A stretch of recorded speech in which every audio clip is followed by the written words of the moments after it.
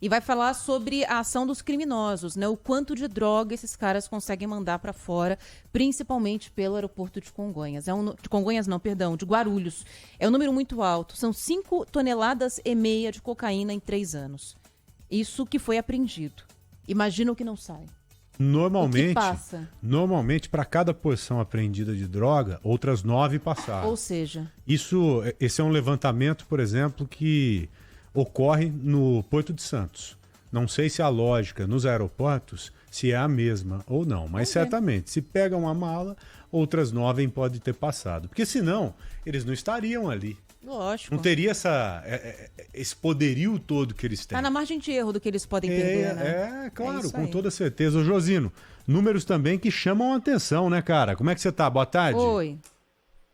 Tudo bem, Joel? Oi, Ana. Boa tarde para vocês, para os nossos ouvintes. Chamou a atenção. E chamou a atenção de quem viaja, como o Fábio estava contando agora para a gente. Eu estava lá no aeroporto de Guarulhos até quase agora, e aí estava percebendo também a preocupação das pessoas na hora de despachar a bagagem, né? Tirando foto, fazendo selfie, anotando lá o que estava escrito na etiqueta, justamente porque o que aconteceu com essas brasileiras chamou muito a atenção das pessoas, né? Dos brasileiros, dos passageiros como um todo. Agora, esse envio de cocaína para fora do país é muito mais comum do que a gente imagina. Isso é um dado que mostra o quanto que as pessoas, que os traficantes mandam de droga para fora do país. A gente teve acesso a um relatório da Polícia Federal, é um relatório sigiloso de uma investigação bem detalhada do tráfico internacional de drogas no principal terminal do país, e esse relatório mostra que a polícia apreendeu 5,5 toneladas de cocaína no aeroporto de Guarulhos desde 2020. A gente está falando só de cocaína. Se somar maconha e outras drogas, dá muito mais. E tudo isso, esse montante, é o que foi apreendido nos últimos 3 anos. Nesse relatório a gente tem ano por ano. Então, em 2020, por exemplo, 1 tonelada e 300 quilos de cocaína estavam em 48 malas, segundo esse relatório. Ano passado foi recorde, 2 toneladas e 700 quilos. Mais de 70 malas apreendidas, completamente lotadas de cocaína. E nesse ano, nos 2 primeiros meses, janeiro e fevereiro, sem contar o mês de março, já mais de meia tonelada, 523 quilos apreendidos de cocaína também no aeroporto de Guarulhos. Como que funciona? São 2 esquemas criminosos da mesma quadrilha, do PCC, facção criminosa que envia cocaína para fora do país também pelos aeroportos. O primeiro esquema é esse que aconteceu com as brasileiras. Então, as malas, segundo esse relatório da PF, carregadas de cocaína, chegam, os traficantes deixam com alguns funcionários no terminal 1 ou 2, que são os terminais de voos domésticos, os voos nacionais aqui do país. Nesse terminal, os funcionários pegam as malas e vão para o terminal 3, só que por um acesso restrito, pela parte de trás do aeroporto. Então não passam por raio-x, não passam por pesagem, por balança e tudo mais. E aí, né, nesse terminal 3, eles colocam outras etiquetas, assim como aconteceu no caso das brasileiras, colam essa etiqueta na bagagem e a bagagem embarca sem pesagem, sem raio-x, para a Europa. Na Europa, quando dá certo para o traficante, o que acontece?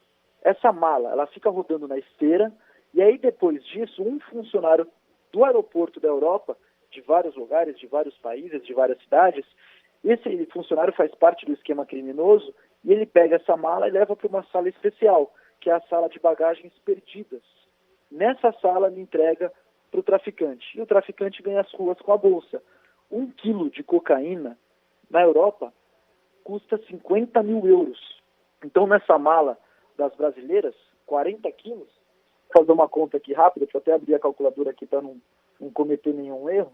Então, vamos lá. 40 quilos vezes 50 mil dá 2 milhões. Então, 2 milhões de euros só nessa mala.